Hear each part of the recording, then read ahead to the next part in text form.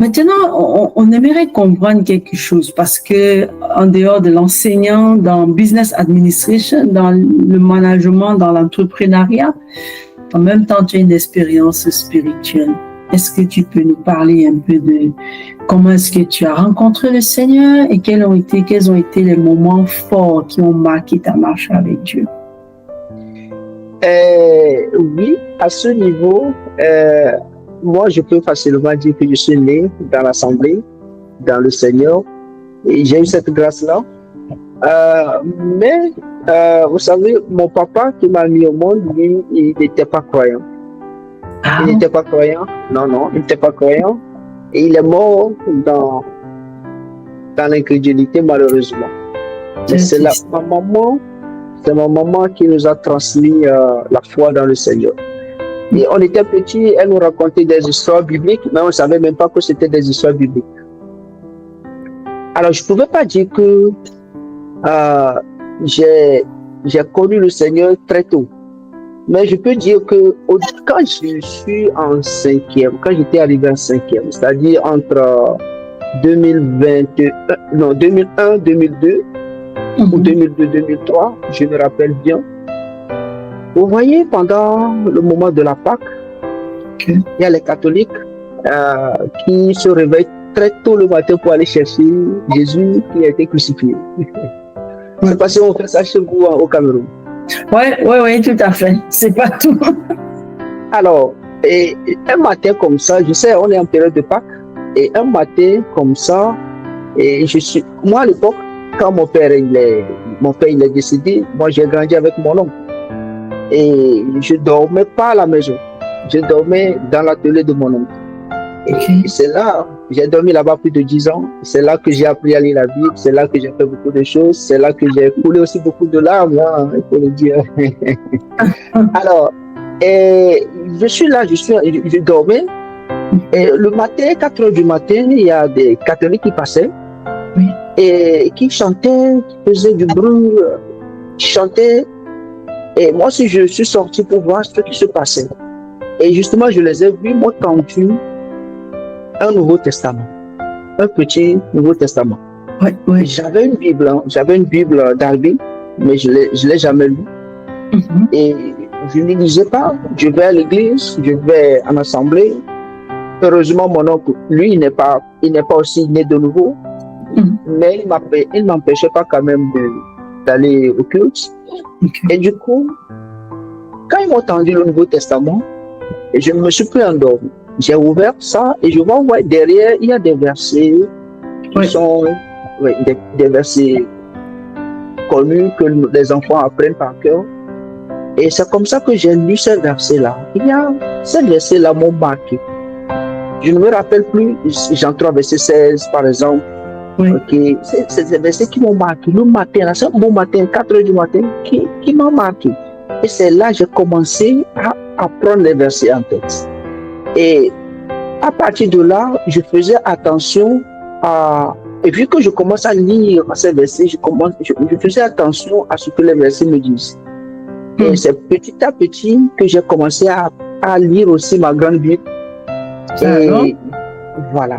Et donc, franchement, moi, je ne peux pas dire que voilà, telle chose s'est passée, mais je pense que c'est ce moment-là que le déclic a eu lieu et que j'ai commencé à changer quelque chose en moi.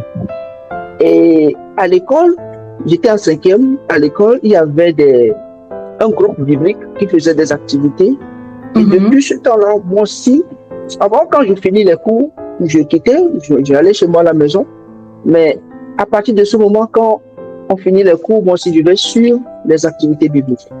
Et c'est comme cela que petit à petit, ce déclic-là s'est développé en moi jusqu'à ce que nous soyons ici aujourd'hui. Ça veut dire que c'était une sorte d'éveil spirituel. Et là, c'était en classe de cinquième, donc tu devais être autour de 11 ans, 12 ans par là. 12 ans. 11 ans, 12 ans. Effectivement. Et donc, voilà, si je peux dire, si je dois raconter un peu cette histoire, là, je peux dire que c'est là le déclic a commencé. Quels sont les moments forts qui ont marqué ta marche avec Dieu? Si tu peux nous donner 2 ou 3 temps forts comme ça. qui ont marqué ta marche avec le Seigneur jusqu'à présent? Oui, et écoutez, comme je l'ai dit tantôt, j'ai perdu mon père très tôt. J'ai perdu mon père quand j'étais au CM2.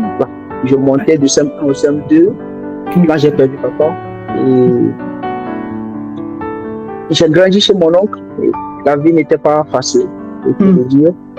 Ça. Donc, du moment où j'ai commencé à lire la parole et que je me sens plus chrétien qu'avant, et je sens qu'il y a une protection sur moi en fait. Je ne le savais pas à l'époque, mais à l'époque, c'est comme s'il y a une main qui me couvrait dans tout ce que je faisais. Et ça, c'était au Togo? À Lomé? Oui.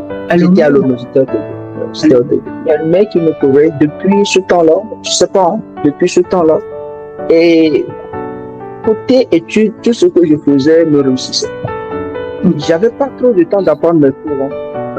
Tellement tu dois faire telle chose à la maison, tu dois faire telle chose, c'est toi qui dors tard, et c'est toi qui dois te réveiller un peu plus tôt pour faire ça avant d'aller à l'école à 6h45. On rentrait en classe à 6h45. J'avais pas vraiment le temps de faire, j'avais même pas les livres pour travailler. Je devais aller chez elle le soir à 20h, à 21h, tard dans la nuit pour pouvoir copier les exercices et le faire vite fait. Parfois même tu viens à l'école. C'est ce que les autres ont fait que tu copies juste pour présenter, pour qu'on ne te punisse pas. Mais tout ce que je faisais me réussissait. Je ne suis jamais. C'est toujours parmi les meilleurs. Bon, ça, c'est quand j'étais un peu enfant. Mais vous savez, quand je suis allé au Bénin, j'étais allé au Bénin avec la peur au ventre. Parce que c'était ma première fois de quitter seul mon pays pour aller s'installer dans un autre pays. C'est ça. Et on m'a dit que le Bénin, il y avait beaucoup de fétiches, et donc je n'aimais pas les fétiches. Mais quand je suis arrivé au Bénin, je pensais aussi que, vous voyez, quand je quittais le Togo, je pensais que une grande porte s'ouvrait devant moi, ma vie serait beaucoup plus rose désormais, je ne suis plus chez l'oncle, je ne vais plus subir des insultes et tout. Et je pensais que voilà, tout serait rose. Mais ce n'était pas comme ça. C'était encore d'autres difficultés, mais j'ai toujours eu la main du Seigneur.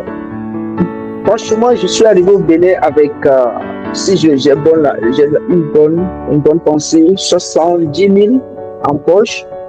Et je peux vous dire que ces 70 000 m'ont nourri pendant les 2 ans.